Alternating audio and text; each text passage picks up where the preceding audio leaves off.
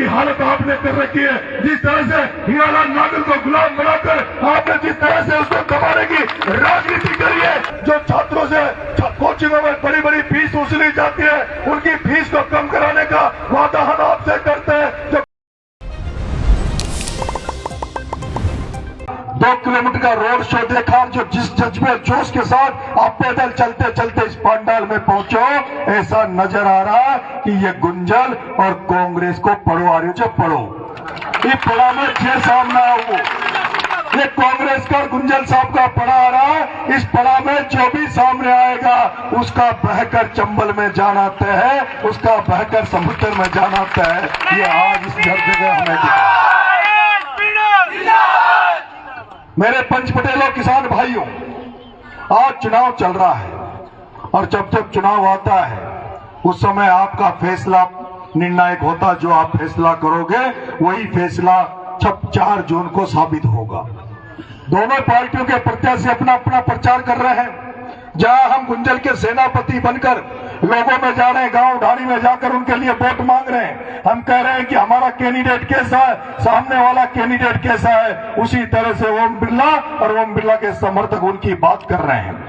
हम कह रहे हैं कि 10 साल में ओम बिरला ने इस कोटा बूंदी की धरती पर क्या किया, और दूसरी तरफ हम कह रहे हैं कि हमारे कैंडिडेट को आप वोट क्यों दोगे, ये हम आपके बीच में जाकर बात कर रहे हैं। और दूसरी तरफ ओम बिरला और ओम बिरला के जो सैनिक हैं, जो उसके लिए संघर्ष कर रहे हैं, वो उनकी बात रख रखे हैं। फैसला आपको करना है। अगर आपको हमारी बात पसंद आए, अगर चांदना जी की बात पसंद आए, अगर हमारी बात में आपको ईमानदारी दिखे, हम जो कहें उसमें अगर आपको सच्चाई दिखे, तो हमारे प्रत्याशी गुंजल को वोट देना।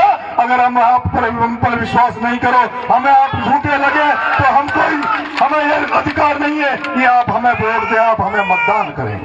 मेरे किसान भाइयों, मेरे युवा साथियों, पंच पटेलों, मैं आपसे निवेदन करना चाहता हूं, पिछले 10 साल से ओम जी बिरला साहब आपके कोटा के सांसद हैं। ओम जी बिरला साहब 10 साल से आपके सांसद हैं, और इस बार तो वो भारत के 3रे नंबर के ओहदे पर जाकर दिल्ली में बैठे। प्रधानमंत्री राष्ट्रपति के बाद में अगर देश में सबसे बड़ा होता है तो वो लोकसभा का स्पीकर है, और उस लोकसभा के स्पीकर के पद पर अगर कोई जाकर बैठा तो वो ओम बिरला था, जो अगर प्रधानमंत्री को कहता था कि सिट, तो प्रधानमंत्री सिट डाउन हो जाता था। प्रधानमंत्री को कहता था कि माननीय बोलिए, तो माननीय बोलने लगते थे।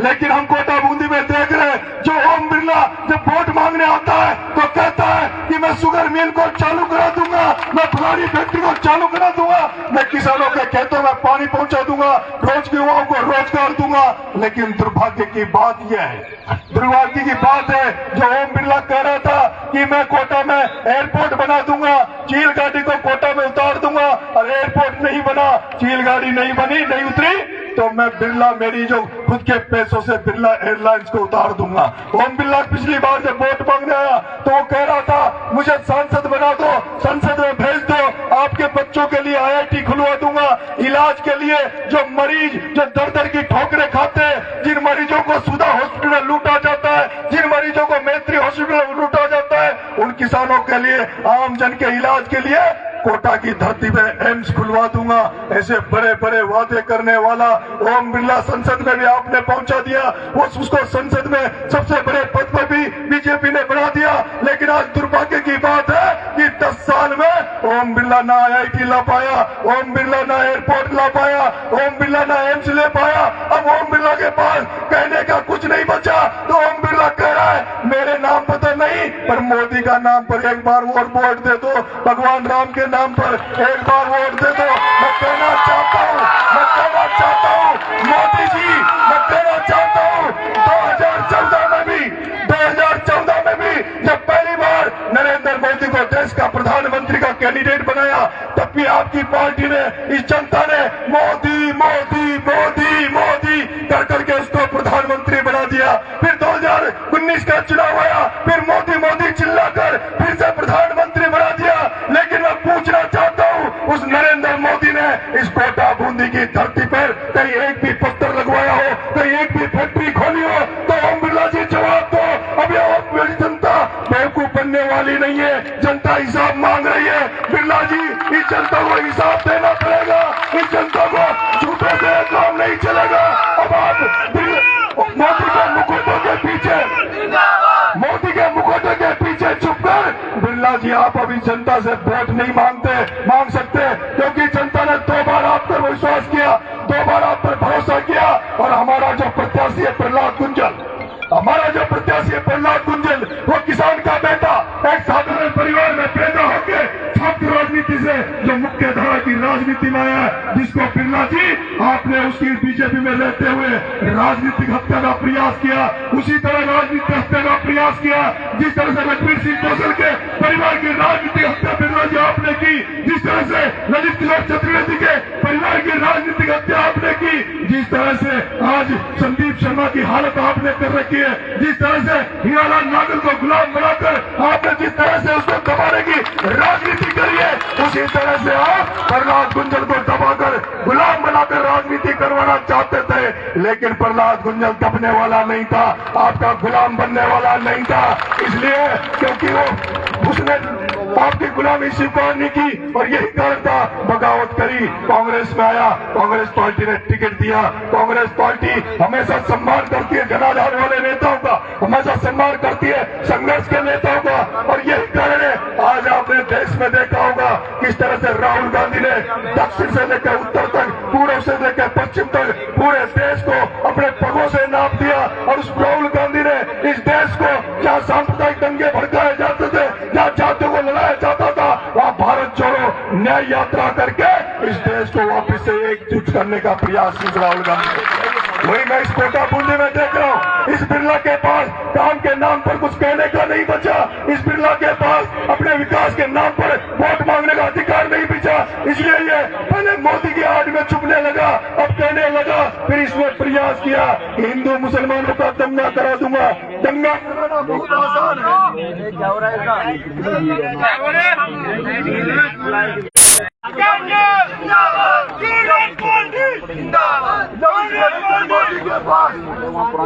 जब इस बिरला के पास वोट लेने का कोई मार्ग नहीं बचा, जब इस बिरला के पास वोट लेने का कोई मार्ग नहीं बचा, तो इसने कैथून में हिंदू मुसलमान को लड़ाने का प्रयास किया। कोटा में कैथून में हिंदू मुसलमान को लड़ाने का लाइट खंडोबा में एक्सपर्ट છે सारा खेत को 1500 से 3000 बीघा करबा में एक्सपर्ट છે, ये रेत को चमचो करबा में एक्सपर्ट છે, ये धंधा करबा में एक्सपर्ट છે, ये जेब काटबा में एक्सपर्ट છે, ये किशोर गांव के पास में जो 3000 बीघा किसानों की जमीन गौशाला का नाम से कब्जा करबा में एक्सपर्ट है, ये जनता का सेवक न सके। अरे ये तो लुटेरे ये नेताओं की उसमें ये सफेद पोस्ट कपड़े पहनकर जनता को लूटने निकले, इसलिए इनके पास वोट मांगने का कोई उपाय नहीं बचा। ऐसे में कैथून में हिंदू मुसलमानों को लड़ाने का प्रयास किया, और मैं देख रहा हूँ कुछ समाज के नेताओं को, ऐसे जाति के नेताओं को बुला रहे जिनका काम केवल ये है कि जातियों को लड़ाकर वोटों की खेती करें। कुछ नेता आए थे लेकिन उनकी भी दाल नहीं गुड़ी। मैं कह देना चाहता हूँ ये धरती अब सामाजिक गठजोड़ की धरती है, यहाँ सामाजिक सौहार्द लोगों को मांग रहे हैं, यहाँ इस तरह का माहौल बन रहा है जो सारी किसान कौमें एक जाजन पे आने के लिए तैयार है। मैं कहना चाहता हूँ कुछ लोग ये भी चाहते थे कि यहाँ गुजर मीणा को लड़ाकर वापिस से बिरला को फायदा पहुंचाया जाए, गुंजल को नुकसान किया जाए, लेकिन मैं कहना चाहता हूँ नरेश मीणा बैठा है, अशोक चांद्रा बैठा है, ये दोनों भाइयों का जो गठजोड़ है, ये गुंजल का नरेश मीणा का जो गठजोड़ है, ये ऐसी सामाजिक एकता है, इस सामाजिक एकता को कोई भी अब दूर नहीं कर सकता, इस सामाजिक एकता को कोई भी तोड़ नहीं सकता। इसमें जो मिठास हम खोल रहे हैं, जो दोनों वर्गों को साथ लाने का प्रयास हम कर रहे हैं, मेरे भाइयों आप किस तरह के नेतागिरी को पसंद करोगे? एक उनको जो आपस में लड़ाना चाहे, एक वो जो आपस में जोड़ने वाले लोग हैं, हम वो लोग हैं जो इन समाजों को जोड़ना चाहते हैं, सभी समाजों को एकजुट करना चाहते हैं। हम महापंडितों का, उन ब्राह्मण समाज का मान सम्मान उसी तरह से करना चाहते हैं जिस तरह से रामायण काल में उनका सम्मान होता था। हम राजपूत समाज का उसी तरह सम्मान बनाना चाहते हैं जिस तरह से आज से 20-30 साल पहले क्षत्रियों का सम्मान होता था। इन अन्नदाताओं का, किसानों का सम्मान करना चाहते हैं। मैं आपसे कहना चाहता हूँ इस प्रहलाद गुंजल को जिता दो। जिस 10 साल में उस बिरला का काम मैंने आपको बताया, एक काम उसने किया नहीं, किया तो केवल फैक्ट्री खोलने का, केवल मैं फैक्ट्री खोली काला खेत को बढ़ाने का, तो गांव की गांव में 300 बीघा जमीन को गौशाला बढ़ाने का। मैं बिरला तेरे से पूछना चाहता हूँ, तुझे ज्यादा धर्म करने का शौक है तो मैं कहना चाहता हूँ तेरे काला खेत में गौशाला खोल ले, इन किसानों की जमीन में क्यों नजर डाल रहा है? इसलिए मेरे भाइयों आपको सावधान होना है और आपसे निवेदन करने आया हूँ कि प्रहलाद गुंजल को सांसद बना दो। मैं वादा करता हूँ अगर प्रहलाद गुंजल को सांसद बना दिया तो प्रहलाद गुंजल आपकी आवाज बनकर दिल्ली की संसद में भी गुंजायमान करेगा और जरूरत पड़ी तो कोटा बूंदी की सड़कों पे भी आपके लिए लड़ाई लड़ने के लिए हम सब लोग तैयार हैं। मैं कहना चाहता हूँ गुंजल को बना दो, आपके खेतों में पानी पहुंचाने का प्रयास करेंगे, जो शुगर मिल है उसको चालू कराने के लिए आंदोलन करेंगे।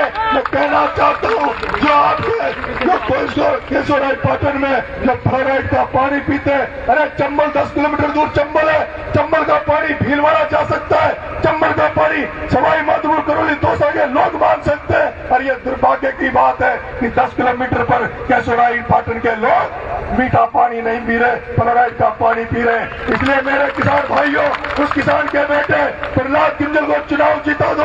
अगर प्रहलाद गुंजल चुनाव जीतता है तो हरोती में एक नई राजनीति का उदय होगा, किसानों के बच्चों को आगे ले जाने का रास्ता प्रशस्त करेंगे। इस दिल्ली में जो छात्रों से कोचिंगों में बड़ी बड़ी फीस वसूली जाती है, उनकी फीस को कम कराने का वादा हम आपसे करते हैं। जो कोचिंगों में लूटा जाता है उनका इलाज करने का काम हम करेंगे। इसलिए हमारा आपसे हाथ जोड़ के निवेदन है, आपको लगता है कि ये जो बच्चे ये किसानों के बेटे हैं जो राजनीति में आगे बढ़ रहे हैं, अगर इन पर आपको भरोसा हो, हम पर भरोसा हो कि हम आगे बढ़कर किसानों की लड़ाई लड़ेंगे, आमजन की लड़ाई लड़ेंगे, तो हमारा जो सेनापति है उस प्रहलाद गुंजल को 26 तारीख को वोट देकर 4 तारीख को संसद में भेजना हम आपसे भेजना है, आपसे निवेदन करना है। एक निवेदन और मैं करना चाहता हूँ। आदरणीय किरोड़ी लाल जी मीणा साहब आए, आदरणीय अमित शाह भी आ गयो, बचन लाल भी आ गयो, दिया भी आ गई, कुशवाहा गयो, प्रेमचंद भी आ गयो, पर डॉक्टर साहब आया। वैसे तो मन से नहीं आए थे, वैसे तो मन से नहीं आए थे।